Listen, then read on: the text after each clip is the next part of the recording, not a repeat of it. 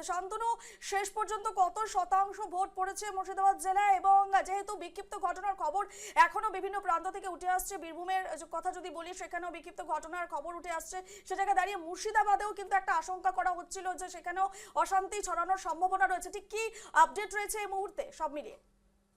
দেখো, বিকেল 5টার পরে যেটা নির্বাচন কমিশনের তরফ থেকে যেটা জানানো হলো সেটা হচ্ছে প্রায় 91.36%।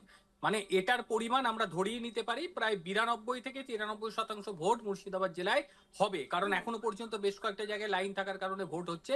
সেগুলো হিসাব করলে আমরা দেখতে পাবো প্রায় 92 বা 93% কাছাকাছি পৌঁছবে।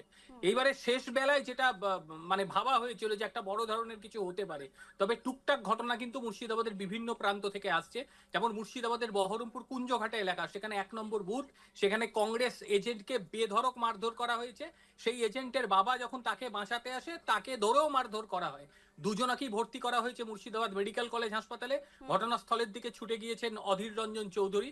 ঠিক একইভাবে আরো খবর ছুটে আসছে লালগোলা থেকেও, সেখানেও টুকটাক একটা হাতাহাতির ঘটনা আসছে।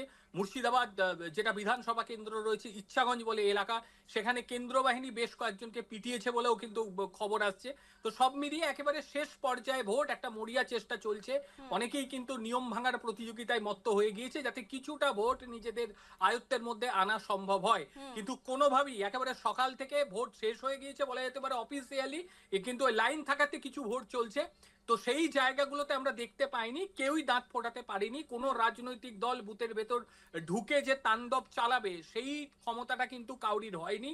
সুতরাং আপাত দৃষ্টিতে যদি দেখতে পাই, শুধুমাত্র নওদার যে বড় ঘটনা যেটা আমাদের চোখে পড়েছে, তারপরে কিন্তু এই ধরনের বড় ঘটনা ঘটেনি। এবার যেহেতু মুর্শিদাবাদের পার্শ্ববর্তী বীরভূম রয়েছে, বীরভূমের নলহাটি বা এই সমস্ত যে এলাকাগুলো রয়েছে সেখান থেকেও কিন্তু ইতিমধ্যে একাধিক ঘটনা আসছে। সেখানেও কিন্তু বেশ কিছু ঝুট ঝামেলার ঘটনা আসছে। শাসন বিধানসভা, সেখানে একদম নলহাটি বা মুর্শিদাবাদের যে যে বর্ডার এলাকা চারাগাছি, সেখানেও কিন্তু ঝামেলা হয়েছে বলে খবর আমাদের সামনে উঠে আসছে। তবে আপাতত যেভাবে রাজ্য পুলিশ তারা টহল দিচ্ছে, ঠিক একইভাবে কেন্দ্রীয় বাহিনী যারা রয়েছে তারা তৎক্ষণাৎ সেখানে পৌঁছে গিয়ে পুরো পরিস্থিতি নিয়ন্ত্রণের মধ্যে নিয়ে আসছে।